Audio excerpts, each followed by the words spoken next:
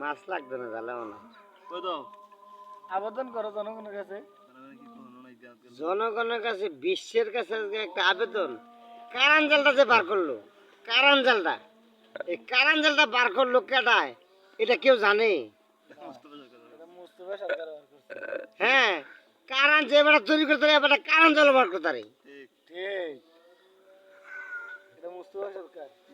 এই যে দেবুদ্দার কারান নাই, আমরা কারান নাই, আমরা কারান লেখাতে অশান্তিতে বাস করি, আমরা কারান লেখাতে অশান্তিতে বাস করি।